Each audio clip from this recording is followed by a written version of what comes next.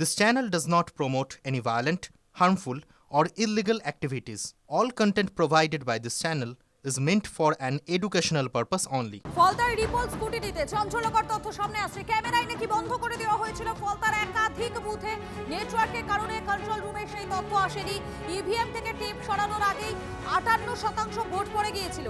Tape লাগানো থাকায় একটি দলকে ভোট দেওয়া ছাড়া উপায় ছিল না। নির্বাচন কমিশনে পাঠানো রিপোর্টে অন্তত এমনটাই খবর রয়েছে। শ্রাবন্তী রয়েছেন আমাদের সামনে, সরাসরি শ্রাবন্তীর কাছে চলে যাবো। শ্রাবন্তী, ফলতায় রিপোল স্কুটিতে আর কি কি চাঞ্চল্যকর তথ্য সামনে আসছে? কার্যত ফলতার কোথাও গিয়ে এই গোটা রিপোলের যে প্রসিডিংস সেটা আরও কয়েকটা প্রশ্ন তুলে দিল। যে ওয়েবকাস্টিংয়ের কথা এতদিন ধরে কমিশন বলছিল, সেই ওয়েবকাস্টিং নিয়ে প্রশ্ন উঠছে।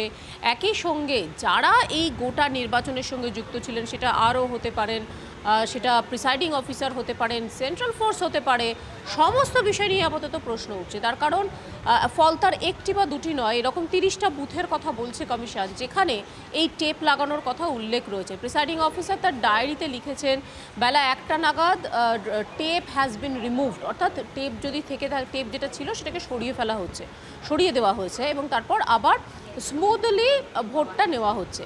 বেলা 1টা পর্যন্ত কত শতাংশ ভোট পড়েছে কমিশনের নজরে এসেছে? 58% ভোট এসেছে।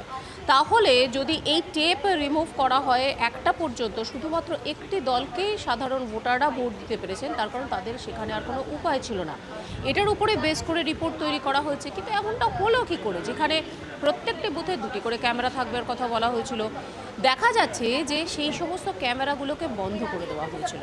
এখন ওয়েবকাস্টিং যখন চলছিল, সেখানে একটা নেটওয়ার্কের ইস্যু তোলা হয় এবং নেটওয়ার্কের জন্য সেই ক্যামেরাগুলোকে স্পষ্ট দেখা যাচ্ছে না, ভিতরে কি হচ্ছে বোঝা যাচ্ছে না, এরকম একটা প্রাথমিকভাবে মনে হয়েছিল। কিন্তু দেখা যাচ্ছে এত বুথে একসঙ্গে ক্যামেরাই কাজ করেনি।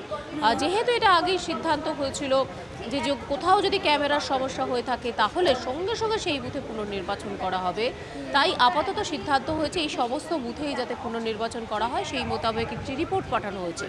অন্যদিকে পশ্চিম মগরাহাটে সেখানে প্রায় 11টি এবং ডায়মন্ড হারবারে 4টি বুথে সেখানেও রিপোর্ট করার কথা রিপোর্ট আকারে পাঠানো হয়েছে সিইও দপ্তর থেকে, যেটা মনে করা প্রত্যেকটি ক্ষেত্রেই এই হয় টেপ না হলে আতর ব্যবহার করা হয়েছে, সেই সময়ই স্কুটারিতে দেওয়া হয়েছে। তবে এই রিপোলের সংখ্যা আরও একটু বাড়তে পারে বলেই খবর।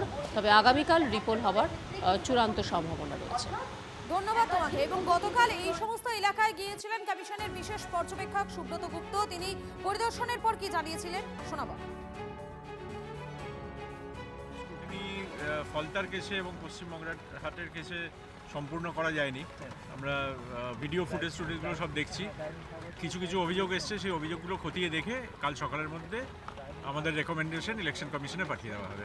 সমস্যা পাচ্ছেন কিছু কিছু জায়গায় সমস্যা আছে, সেগুলো আমাদের খতিয়ে দেখার জন্য আমরা ভিডিও দেখছি। হ্যাঁ, সেটা কোন জায়গায়? ফলতা বা ফলতাতে আছে কিছু, পশ্চিম মগরাহাটে আছে কিছু, ডায়মন্ড হারবারে অবজারভার এবং রিটার্নিং অফিসার 4টে রিপোর্ট রেকমেন্ড করেছেন।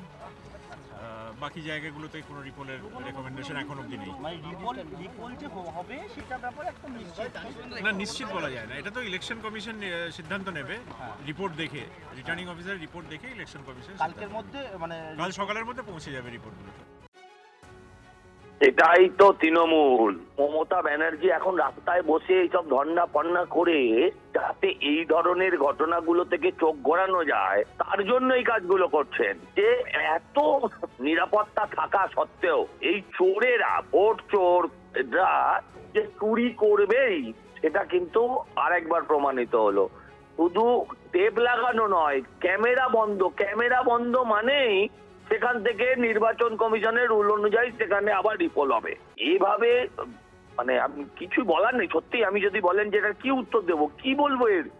মানে এই ধরনের চুরির এই বাজারে দাঁড়িয়েও যারা করতে পারে, হ্যাঁ, তার কাছে ওই আলিবাবা 40 চোরের যে গল্প পড়েছিলাম তার থেকেও ভয়ঙ্কর চোর এই তৃণমূলে, ছাড়া আর কিছু বলার নেই আমার।